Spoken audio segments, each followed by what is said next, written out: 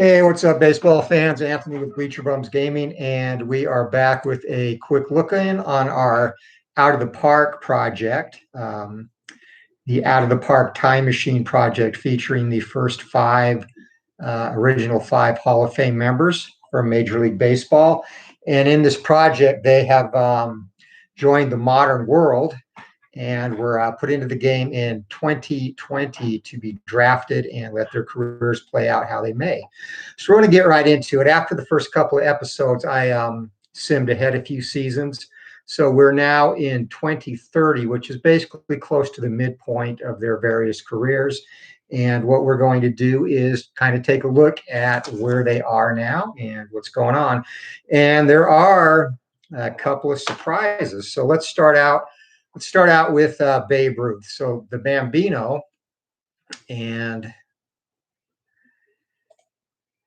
bring up a history of him. So Ruth, just to catch up, was drafted by the Detroit Tigers organization in 2021 and was named the #1 prospect in Major League Baseball at the start of the 2022 season. And over the next two seasons, or actually next three seasons, fluctuated between the second and fourth spot in terms of the prospect ranking for Major League Baseball. So where he is at now is currently off to a very good start. He just recently, at the end of 2028, signed an 8-year contract extension with the Tigers worth a total of $211.6 million. So he's in good shape, and he has had an amazing career thus far. So let's look at the time that he joined the major leagues. Ruth was brought up in 2024 and hit .307 with 30 home runs that season. And he's been pretty consistent ever since. His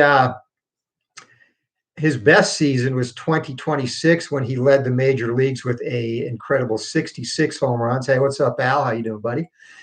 And 149 RBIs.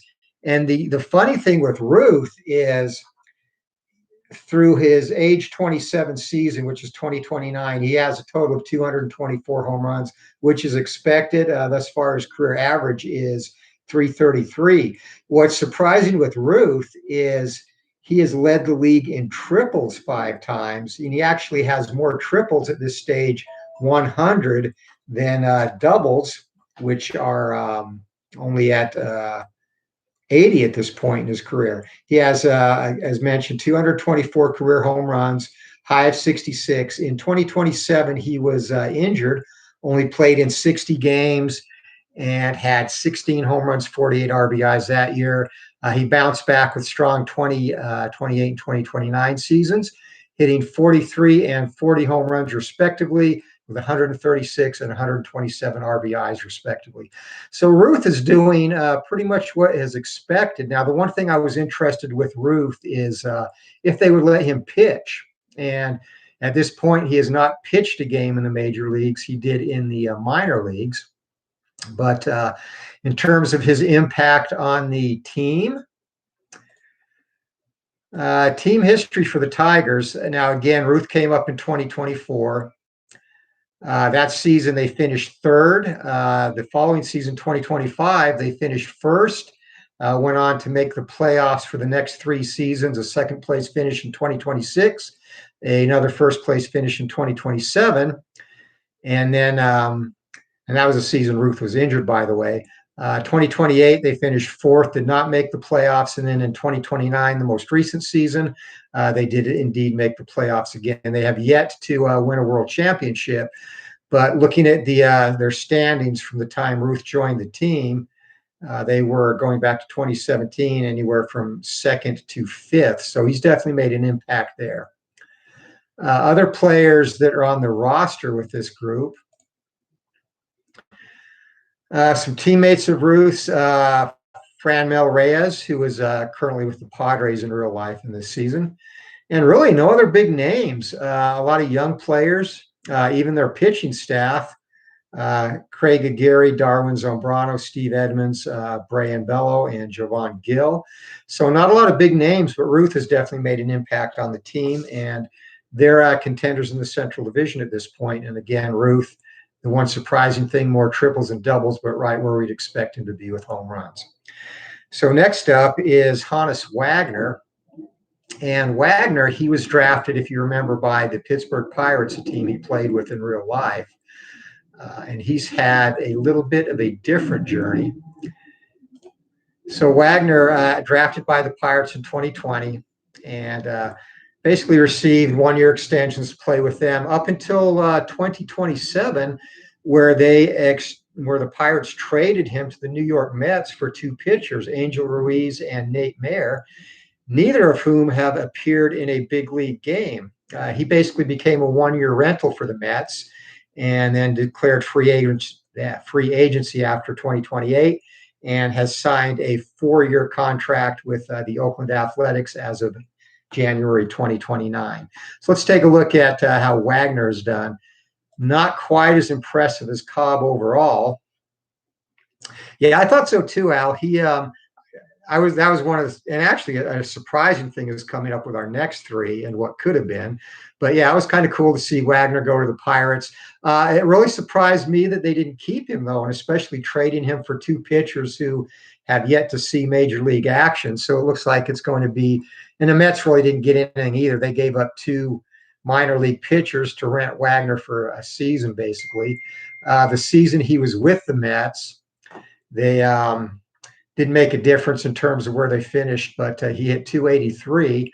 For his seasons with Pittsburgh, starting in 2020, 323, 324, which led the National League, 283, 291, back up to 328, led the league again in 2025 with a 337 average, and then 292 and 333, which was the season he was traded. In his first season with the Athletics, Wagner hit 318, was 13 of 14 in stolen bases, and also belted out 33 doubles. So, yeah, sometimes these games really do mirror real life. And you're right, it is the Pirates, and definitely not surprising to see their best let their best player go. So, in terms of awards and kudos for Wagner, accomplishments. Surprisingly, he's had two 20-plus game hitting streaks, going 20 games in 2021 and 24 in 2025. Not a lot of All-Star. Despite his solid stats, he's only been elected to the All-Star game once, 3 times Player of the Week. And really, that's about it. Again, he led the league in hits in 2021, in doubles in 2026 with 52. And in triples in 2027 with 10, and then 2 times in average to 2021, 2025. So yeah, not a lot of kudos coming his way. He's been hampered by mild injuries throughout his career. In fact, every season since 2023, he has missed time, and thus far it's just been minor injuries. He did have an oblique strain, which caused him to miss 7 weeks in 2027. But apart from that, little minor injuries, a concussion, groin soreness, etc. So that has been him to date. His salary history, now the Oakland A's got him at a steal rate. He made over $11 million his last 2 years with the Pirates, and of course $11 million in his season with the Mets. The Athletics were able to sign him for he made $4 million in 2029 and is scheduled to make 4.5 in 2030. So for Honus Wagner, Athletics got a deal, and he is again, he's only 31, so he's still got some good seasons left in him. In terms of the impact he made in Pittsburgh, they never got out of the second division when he was with them. The Athletics, they're in a little bit better position. They've had first place finishes in 2026 and 2027, and coming off 2 third-place finishes. So they're looking for Wagner to help them get back into the thick of things. But, again, solid career for Wagner. Thought that he might have more awards than he does. But, yeah, he's definitely not in Ruth's league at this point in time. So let's go to the Texas Rangers. Now, the Rangers Rangers, of course, they drafted both Cobb and Mathewson in back-to-back seasons. Hey, Chris from Tabletop Delaware, what's up, buddy? Doing a little recap here. So they drafted Cobb, Mathewson, and then Walter Johnson, if you remember, he basically forewent the opportunity to be a major league player. The Dodgers drafted him in 2021, would have been a great fit, in my opinion, step up for Kershaw. And he elected to forego that and go back to college, went to GNC Greensboro, and was drafted in the 2024 draft by guess who? Texas. So the Rangers had drafted all three of the five Hall of Famers. And Johnson, though, and we'll get to Johnson last. So they should be set for the long haul with all this talent on their team, Mathewson, Johnson, and then Ty Cobb. But things haven't quite worked out that way for him, though. So let's first look at Cobb. Cobb has lived up to the hype. In fact, more than adequately lived up to the hype. So his rookie season, he hit 315, and that's the lowest season he's had thus far in this replay. So since 2024, he's hit 341, 351, 322, 379, 382, and 390 respectively. And he has led the league in hitting the last 3 years, also led it in 2024 with his 341 average. And his double totals are amazing. In 2024, Cobb hit 68 doubles, which is a major league record. 2025, 64, and 2027, 57, all league leading numbers. Stolen bases, he was only 14 of 15 in 2029, but he had some good years early on. Career high of 43, getting caught only 6 times in 2025, and was over 30 or more 4 other seasons. So Ty Cobb is doing what Ty Cobb was expected to do. And a total career batting average at this point of the replay of 359. And looks like he's headed for a Hall of Fame career. He's also recorded over 200 hits 5 times, a career high of 249 in 2028, and 1,422 hits total so far. Had one season he was injured in 2026 where he only played in 70 games and hit 322. But apart from that, Cobb has been absolute money. He just signed a 5-year extension with Detroit, which will pay him Texas, which will pay him a total of $135.8 million over the next 5 seasons. So he's right up there with all the rest getting paid. D. Scott Howard in the chat. What up, buddy? We're about halfway through our recap on where these guys are. In the season 2030 right now. I simmed ahead a few seasons to let them get some stats. So for accomplishments for Cobb, he's a 3-time All-Star selection, won the Rookie of the Year award, best hitter at his position, a Silver Slugger award, and multiple, actually 4 All-Star selections, multiple Batters of the Month, Batters of the Week, Players of the Week awards. And so Cobb is doing what was expected of him. Injuries, he's been pretty healthy. I mentioned that injury where he had a broken kneecap, missed 4 to 5 months in 2026. Apart from that, he's been pretty healthy. And currently he's rated with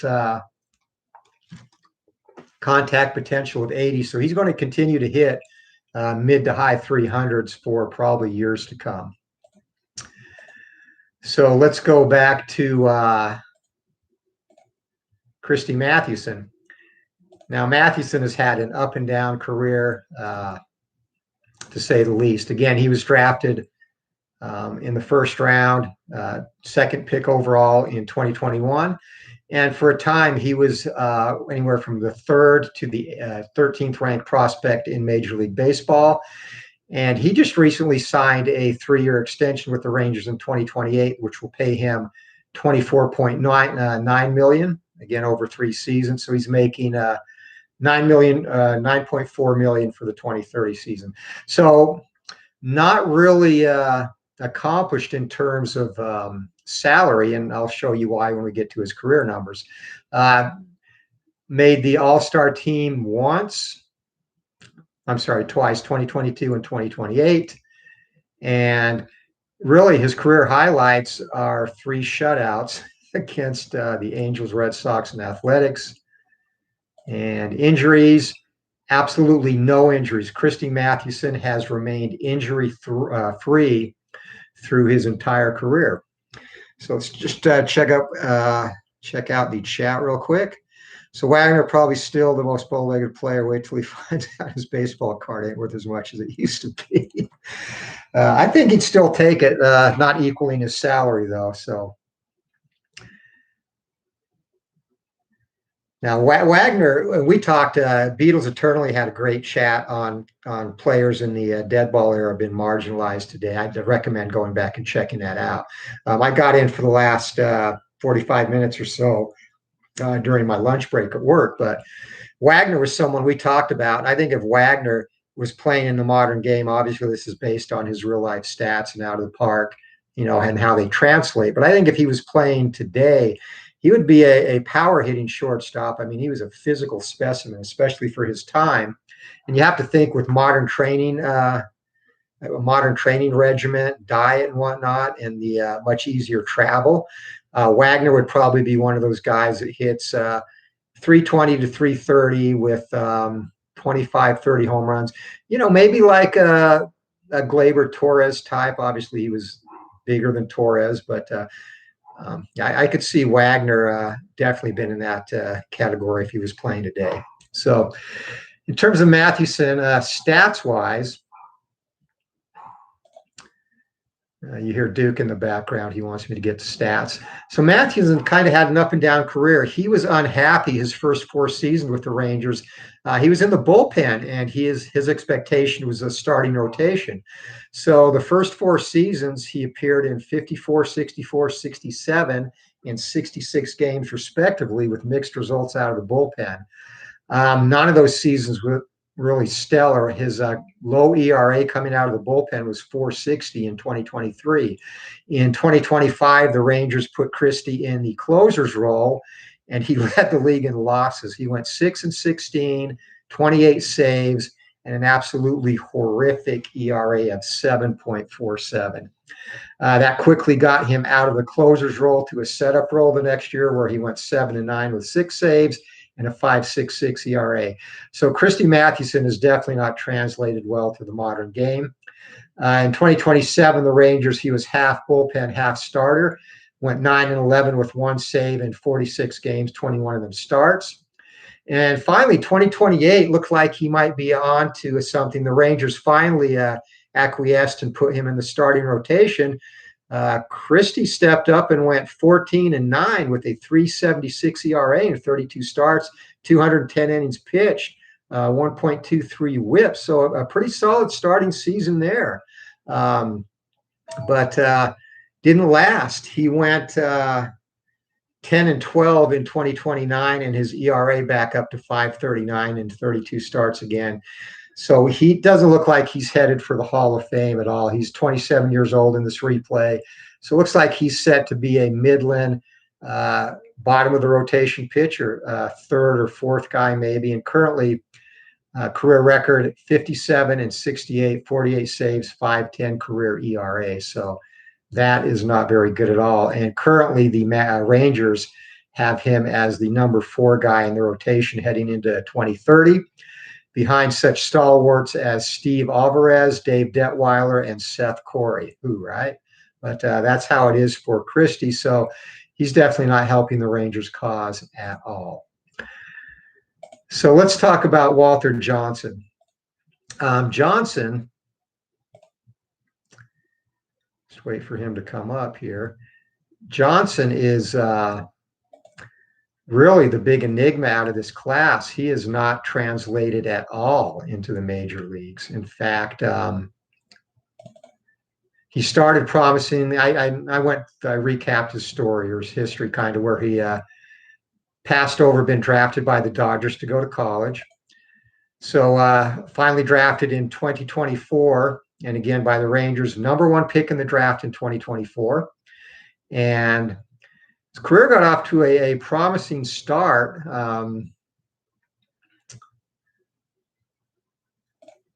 he in his first major league season, he went 9-2 with a 2.16 ERA and 15 starts. So look, for all intents and purposes, like Johnson would be headed for a good big league career. In 2025, he got 20 starts, went 6-3 with a 3.27 ERA. And then 2026, the wheels, he had some injury issues, went 13-8 in the big leagues and led the majors with a 2.95 ERA over 26 starts, had to start in AAA. And 2027, injury problems kind of caught up to him. The Rangers had him starting and in the bullpen. He appeared in 41 games, 16 of them starts, went 9-8 with one save and a 5.46 ERA.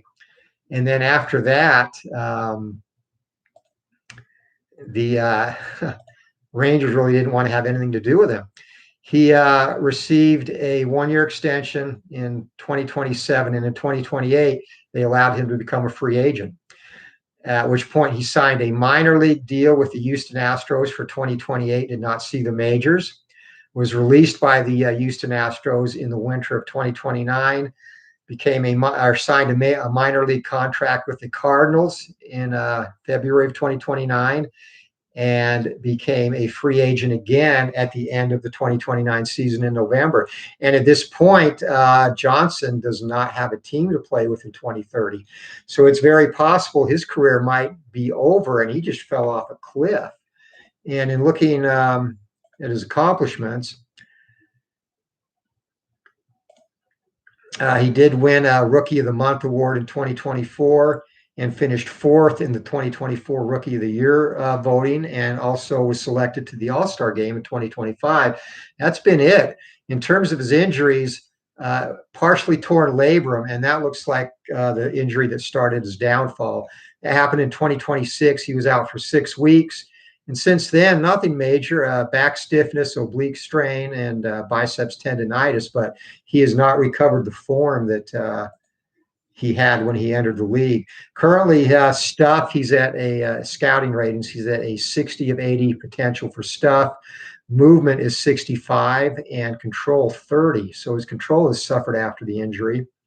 And at this point, barring a team picking him up, like I said, his career might be over, despite the fact that he still has fairly good ratings according to the scouts. So what idiot put Mathewson in the bullpen? Yeah, he was at that time. Yeah, it's really weird. As I was replaying this, Out of the Park has morale ratings, and Christy Mathewson every year was unhappy with his role. He wanted to be a starter. And when they finally put him in that position, he did fairly well, and then kind of just fell off a cliff. And Johnson has completely fallen off a cliff. So I don't know. I don't know what the future holds for him. Now, in terms of the Rangers, and I guess the way they've handled these players kind of plays into their history. You would think with 3 of the original 5 Hall of Famers in their organization at one point, that the Rangers would be contenders, right? Not so fast. So since Ruth and Mathewson joined the team, they have finished 5th, 4th, 5th, and this is in their division: 5th, 5th, 5th, 3rd, 4th, 4th, and 5th. Well, I'm sorry, 4th in 2029. They have had absolutely 0 winning records since Ruth and Mathewson have been Cobb and Mathewson have been on the team. And again, Johnson, only those 2 seasons where he was productive. But yeah, they have yet to, the closest they've come was 80-82 record in 2029, when they were still 17 games behind in 4th place. So getting all that firepower in their lineup has definitely not helped the Rangers a bit.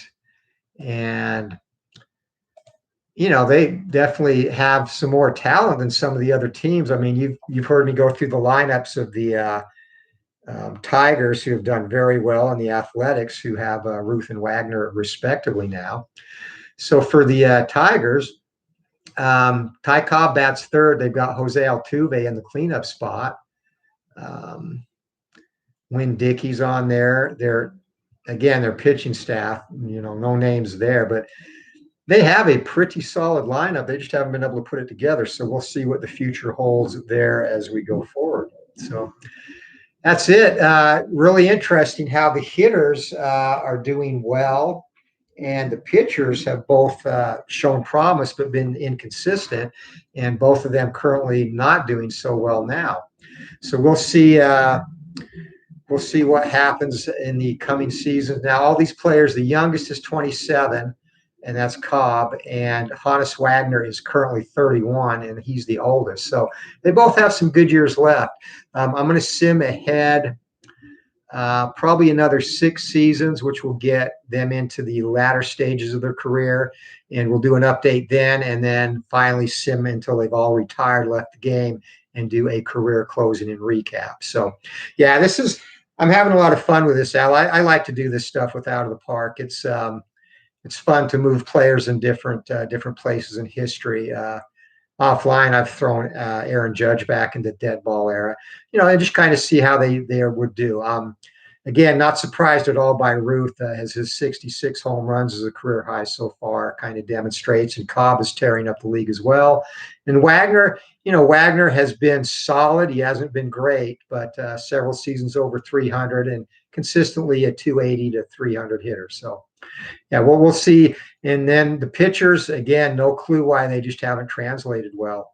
Neither of them has done much outside of a couple of productive seasons, but again, not dominating as would be expected with Walter Johnson and Christy Mathewson in the current game. So we'll just catch up. The Cubs to Bears have logged thousands of hours on Out of the Park over the years. Those morale and personnel ratings can have a major impact. Yeah, I think they really have with Christy Mathewson. It's funny how it kind of plays out. So he was disgruntled all those years in the pen. They finally put him in the rotation. He was happy, had 2 really solid seasons, and then kind of got shuffled back in and out of the rotation in the pen. He became disgruntled again and subsequently had a crappy season too. So they really do, I think, have an effect, especially in this year's version, on this game and how players perform. And we'll just look at Ty Cobb as an example.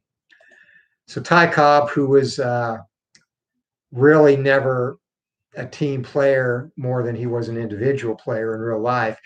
His morale's great because he's got all these accolades, multi-time All-Star, 350 plus career batting average. So Ty Cobb's getting his, and he's making $24.2 million for the 2030 season. So that would go totally in line with what would be expected for Ty Cobb's situation. Hey, Rob, what's up, buddy? Welcome. 40 years ago, 2 guys could hit 100 miles per hour on the gun. I bet 10 pitchers can do it now. Yeah, you're probably right. Well, they did. Hey, Al, thanks for stopping by, buddy. I got to actually put bulk trash out for pickup tomorrow too. So have a good night, bro. Thanks for dropping in. Hey, yeah, Rob. They did a comparison, a study on Walter Johnson's pitching motion, and he did a somewhat of a speed test throwing the ball. But what they did is estimate by the amount of velocity he generated using computers and whatnot. They estimated that Walter Johnson back then, and again, this is in the dead ball 1907 on when he joined Major League Baseball. They estimated he hit 93 to 95 miles an hour on his fastball. And when you think about the way pitchers threw back in the dead ball era, excuse me, you didn't have pitchers that threw over 90 miles an hour. In fact, the way to pitch, because the ball was so dead, is these guys would, because they were expected to finish what they started. You had guys like Ed Walsh racking up 460 innings a season, so you'd make 35 to 40 starts and would be expected to complete 80 to 90% of those starts and rack up easily 350 plus innings as a top line starter. So back then, starters could not go and throw full velocity every single pitch. They take something off the ball, maybe throw in the low to mid 80s.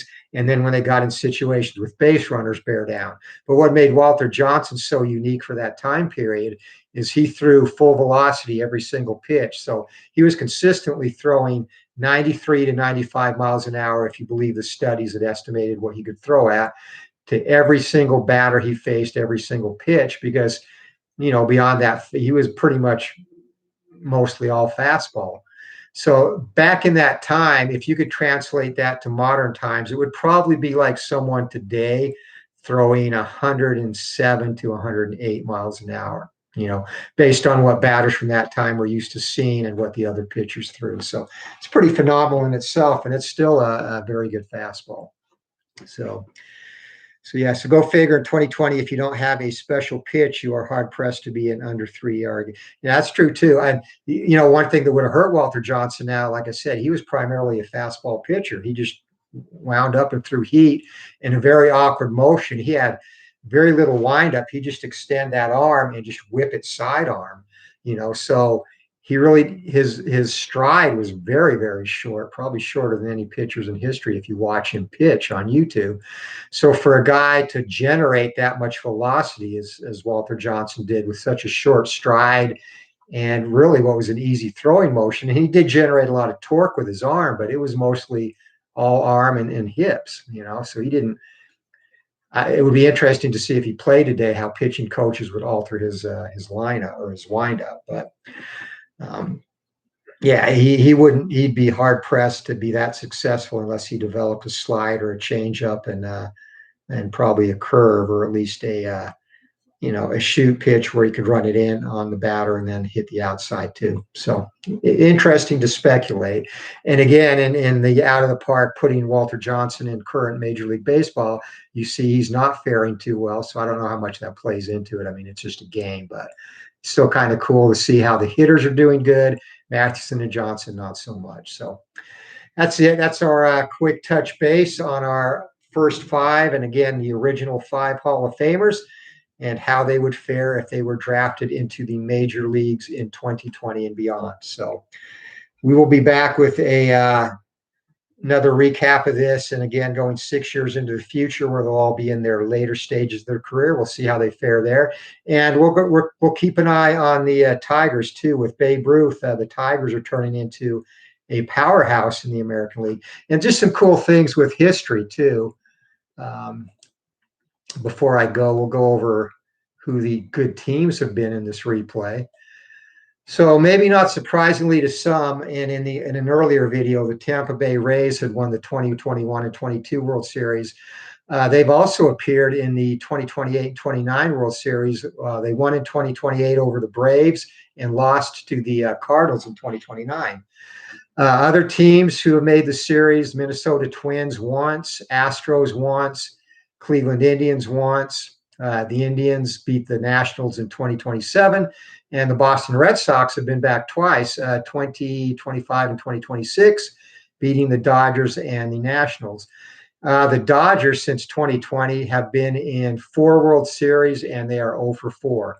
They have lost to the Rays twice, the Twins once, and the Red Sox once. So the Dodgers have not made any big dents in terms of winning championships. In the National League, you look at the teams that have been successful. It's the teams that are doing well now in real life. The Braves, again, they were in the 2020 series. Nationals have been twice in 2026, 2027, losing both times. Braves again in 2028, and the Cardinals in 2029. The one surprise, the San Diego Padres, have actually been pretty solid. They made the World Series in 2024 and defeated the Houston Astros. And if you look at the Padres' history, since 2023, they've come in first, second, first, third, fourth, first, and third. They have 6 playoff appearances in that time and 1 World Championship. And we'll just take a quick look at who their current lineup is. So I think it's kind of cool to see that pay off. Now, they no longer have Manny Machado, but they do have Fernando Tatis, has been a beast in this replay for the Padres. Tatis is regularly, from 2022 on, he's been a 26-plus home run guy, career high of 42 in 2024. Consistently over 100 RBIs, 4 seasons there, and he's a 306 career lifetime hitter. So Fernando Tatis Jr. is definitely living up to the hype. Other guys that the Padres currently have in their lineup: Really not a lot of guys currently on the team that you would recognize. So, in fact, nobody that's been contributing currently in this season. Yeah. So kind of interesting. And so really the Padres have been successful building like they are now in real life, building from the farm system, basically. So it's kind of cool that, to see them having success. And again, we'll see how this plays out after another 5 or 6 years go by, and we'll be signing off. Rob, D. Scott Howard, Mariners still waiting for their first World Series appearance. Absolutely. Let me give you a rundown on them since you asked. And D. Scott Howard, hey, thank you very much. I am enjoying this. Appreciate it. So the Padres, their team history, and we'll go from the 2021 season. They won the division in 2025, lost in the playoffs, won it again in 2028 and 29. So they do have a decent team. They are in the playoffs and contending. And let's see who they have on their line or their team currently. So the Padres' primary lineup currently is Chris Williams in center field, Aral Vera at short, Jared Kelenic at DH, Jonathan Hartman in left field, Tanner Witt at first base. He's a prospect, I think, actually was to be drafted this year in real life. Johnny Hamza at third, Kevin Melendez at catcher, Matt Hogan in right, Rob Gordon at second base. The rotation is Tyler Barnett, Evan Shaver, Ivan Ocasio, Kindon Lovell, and Noah Skrull. So there you go. That's your Mariners team that's performing pretty well. Rob, does out of the park take payrolls into consideration? It actually does. You have a luxury tax salary cap.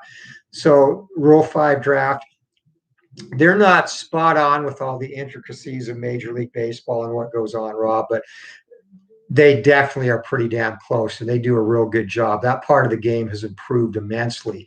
And out of the park 2021, roster management is really solid too. Probably the best it's been in the series. So yeah, they do a good job in terms of adding in the administrative aspect to the game too.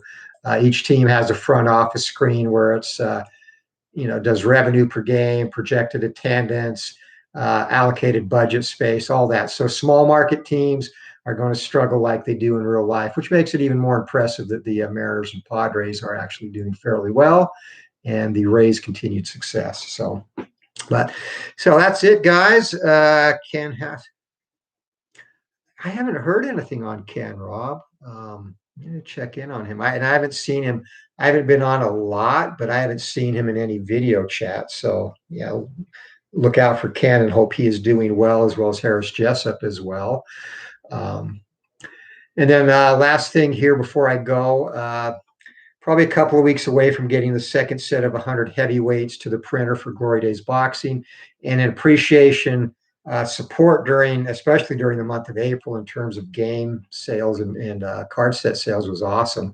So we're going to do a giveaway a couple of the next heavyweight sets to current owners of the game as appreciation. Again, appreciate the support there, and also the channel. And Robbie texted me from the hospital over the weekend. Oh God, yeah, I haven't heard Rob, so hopefully he's doing okay. If you hear from him, give him my regards too, if he's able to text or whatnot. But again, it's a crazy time, so hope everyone stays safe out there.